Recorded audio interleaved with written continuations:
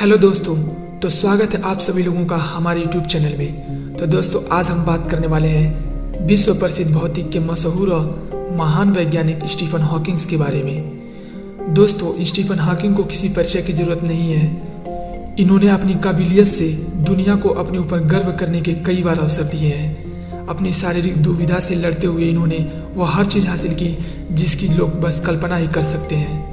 इन्होंने कई खोज ऐसी की जो नामुमकिन सी लगती थी। तो आइए ले चलते हैं आपको इनके जीवन सफर की ओर। दोस्तों, स्टीफन हॉकिंग का जन्म इंग्लैंड में 8 जनवरी 1942 में हुआ था। हॉकिंग ने जब जन्म लिया था तो स्टीफन के पिता एक चिकित्सा शोधकर्ता थे। उनका नाम फ्रैंक था। वहीं उनकी माता का नाम इसोबेल था, जो चिकित्सा अनुसंधान संस्थान में एक सचिव थी। स्टीफन हॉकिंग के पिता के 3 बच्चे थे। स्टीफन हॉकिंग एक संपन्न परिवार से थे। स्टीफन जब 8 वर्ष के थे तब उनके परिवार वाले सेंट अल्बान में आकर रहने लगे और यहीं के एक स्कूल में स्टीफन का दाखिला करवा दिया गया। अपनी स्कूल शिक्षा पूरी करने के बाद स्टीफन ने ऑक्सफोर्ड विश्वविद्यालय में एडमिशन लिया और यहाँ पर इन्होंने भौतिकी विषय पर अध्ययन किया। स्टीफन हॉकिंग को गणित में बहुत रुचि थी और इसी विषय में अपनी पढ़ाई करना चाहते थे। लेकिन उस वक्त ऑक्सफोर्ड विश्वविद्यालय में गणित नहीं था, तो उसके बाद इन्होंने फिजिक्स को चुना। फिजिक्स में प्रथम श्रेणी में डिग्री हासिल करने के बाद इन्होंने कैम्ब्रिज विश्वविद्यालय से अपनी आगे की पढ़ाई की। साल 1962 में कैम्ब्रिज विश्वविद्यालय में department of applied mathematics and theoretical physical में इन्होंने ब्रह्मांड विज्ञान पर रिसर्च किया। इनकी कैरियर बहुत ही बेमिसाल रही। कैम्ब्रिज से अपनी पढ़ाई पूरी करने के बाद भी हॉकिंग इस कॉलेज से जुड़े रहे। स्टीफन हॉकिंग के द्वारा 6 महत्वपूर्ण रिसर्च की गई।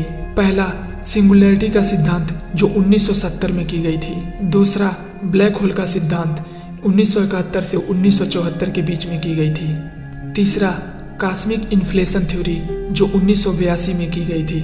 चौथा, यूनिवर्स का वेव फंक्शन पर मॉडल जो 1983 में की गई थी। पांचवा, स्टीफन हॉकिंग की ब्रह्मांड विज्ञान पर आधारित टॉप डाउन थ्योरी जो 2006 में की गई थी। और छठवां था the theory of everything, Stephen Hawking के द्वारा बताए गए कुछ महत्वपूर्ण विचार जो आपको जिंदगी जीने का एक नया ढंग देगा। चाहे जिंदगी जितनी भी कठिन लगे, आप हमेशा कुछ न कुछ कर सकते हैं और सफल हो सकते हैं। अतीत भविष्य की तरह ही अनिश्चित है और केवल संभावनाओं के एक स्पेक्ट्रम के रूप में मौजूद है। यदि आप हमेशा गुस्सा या शिकायत करते हैं तो लोगों के पास आपके लिए समय नहीं रहेगा। मैंने देखा है वो लोग जो ये कहते हैं कि सब कुछ पहले से तय है और हम उसे बदलने के लिए कुछ भी नहीं कर सकते, वे भी सड़क पार करने से पहले देखते हैं। बुद्धिमत्ता बदलाव के अनुरूप ढलने की क्षमता है। दोस्तों, कहा गया है कि समय के साथ उम्र भी ढलता चला जाता है। तो ऐसे ही स्टीफन हॉकिंग को मोटर न्यूरॉन नाम की बीमारी थी। इस बीमारी से इनका नर्वस सिस्टम धीरे धीरे खत्म होता गया और शरीर के मूवमेंट करने और कम्युनिकेशन पावर धीरे धीरे समाप्त हो गई।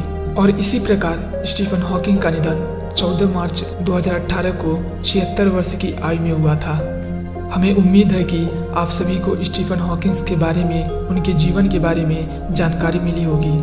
और इसी तरह और महान लोगों के जीवन से जुड़ी बातों को जानने के लिए हमारे चैनल को सब्सक्राइब करके बेल आइकन को प्रेस कर दें।